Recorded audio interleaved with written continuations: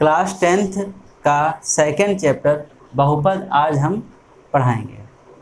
इसमें क्या है समझो। बहुपद, देखो बहुपद से नाम से ही आ रहा है, स्पष्ट हो रहा है कि बहु मतलब बहुत से और पद मतलब संख्याएं हो सकती हैं, और संख्याओं में सम्मिलित रूप से मतलब चर और अचर दोनों प्रकार की संख्याओं को हम कह सकते हैं। जैसे हम एग्जाम्पल लिखते हैं बहुपद के, कुछ हमने लिखा x, केवल x लिख दिया, या लिख दिया हमने 2x, या हमने लिख दिया 2x स्क्वायर। अब हमने इधर लिखा हमने x + 1, 3x + 5, 5x स्क्वायर + 4, और भी हम इसी तरीके से लिख सकते हैं x स्क्वायर x + y, इस तरीके से 5x square + 2x + 1, 3x³ + 2x square + 5x + 1, या केवल हमने लिख दिया 3x⁴। तो ये सारे हमारे बहुपद हो गए। अब इसमें ये सब अलग अलग प्रकार के हैं। इसमें अगर हम देखेंगे तो एक पद है, इसमें भी एक पद है, इसमें भी एक पद है। इन दोनों को हम मिलाकर दो पद नहीं कहेंगे, ये एक पद और ये भी एक पदी बहुपद है। इसके बाद में ये देखो है द्विपदीय बहुपद, इसमें x + 1 है, दो पद हो गए। इसी तरीके से इसमें दो पद हो गए, इसमें भी दो पद हैं, इसमें दो पद हो गए, इसमें कितने पद हो गए? 3 पद, इसमें हो गए जाके 4 पद, इसमें फिर से एक पद। तो अगर एक पद है तो उसको हम कहते हैं एक पदीय बहुपद, जो कि हमारे ये 3 हैं, और एक ये हो गया एक पदीय बहुपद। उसके बाद द्विपदीय बहुपद में ये आ गए 4, त्रिपदीय बहुपद में ये है, और 4 पदीय बहुपद में ये है। तो एक पद वाले को एक पदीय, दो पद वाले को द्विपदीय, 3 पद वाले को त्रिपदीय, और इससे आगे अगर होता है तो हम बहुपद कह देते हैं, या इन सभी को हम बहुपद कह सकते हैं। ठीक है, तो ये बहुपद। अब इसके बाद हम बात करते हैं बहुपद की घात की। बहुपद की घात क्या है?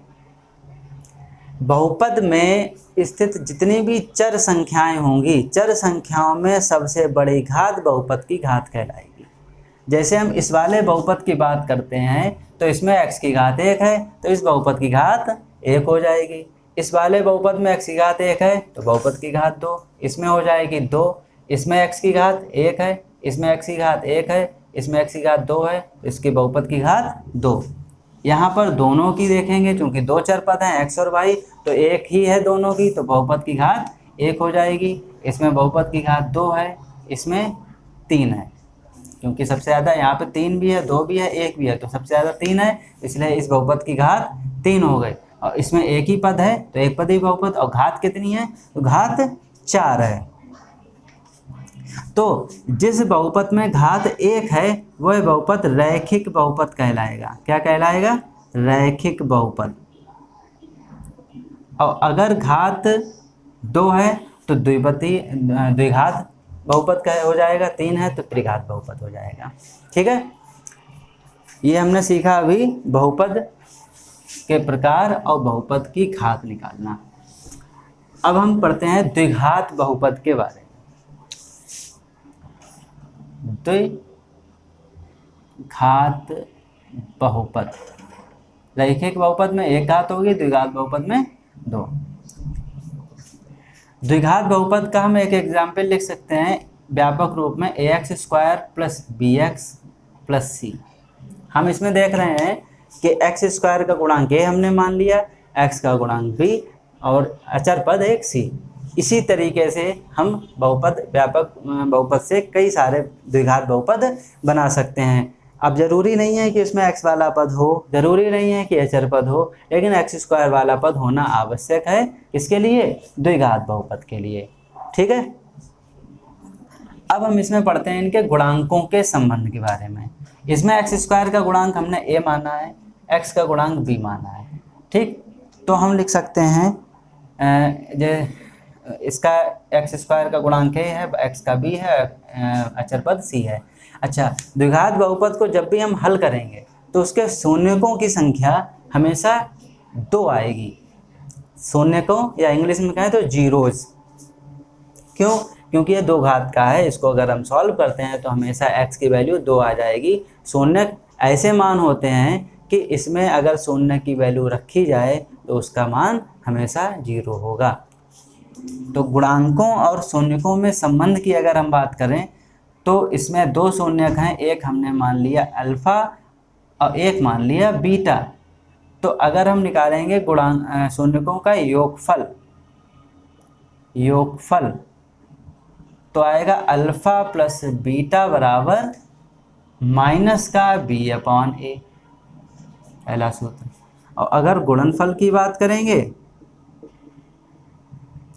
तो हमारा आएगा अल्फ़ा इंटू बीटा बराबर c/a। तो ये तो हो गया हमारा द्विघात बहुपद के शून्यकों के गुणांकों और शून्यकों में संबंध। तो अल्फ़ा प्लस बीटा बराबर minus b/a, alpha into beta बराबर c/a। अगला हम पढ़ेंगे त्रिघात बहुपद। त्रिघात बहुपद क्या होता है उसका हम एक व्यापक रूप लिख सकते हैं, ax³ bx² plus cx plus d। इसमें 4 पद अधिकतम हो सकते हैं, कम भी हो सकते हैं, पदों की संख्या कम हो सकती है, लेकिन घात हमेशा 3 होगी, 3 से ना कम ना ज़्यादा, तो हो जाएगा त्रिघात बहुपद। इसके अगर हम शून्यकों की बात करें तो इसमें 3 शून्यक निकलेंगे, अल्फ़ा, बीटा और गामा। तो इसमें शून्यकों और गुणांकों में संबंध अगर निकालते हैं तो सबसे पहले आता है alpha plus beta plus gamma बराबर माइनस का b/a। लेकिन ध्यान रहे द्विघात में b जो था वो x का गुणांक था, इसमें b x² का गुणांक है, a और इसमें x³ का गुणांक है। इसके बाद हम इसमें एक और फार्मूला बनता है अल्फ़ा बीटा, 2 शून्यकों का गुणा करेंगे, अल्फ़ा बीटा फिर beta gamma plus gamma alpha, तीनों को प्लस किया तो सूत्र बनेगा, अगला पद आता है c गुणांक x का गुणांक c और अपॉन में a ही रहेगा। फिर हम तीनों का गुणा करेंगे तो आएगा alpha beta gamma, alpha into beta into gamma बराबर अचर पद क्या है इसमें d/x³ का गुणांक है। तो ये हमारे इससे फार्मूले बन जाएंगे। ये था त्रिघात बहुपद। इससे संबंधित एक्सरसाइज अगले वीडियो में बताएंगे।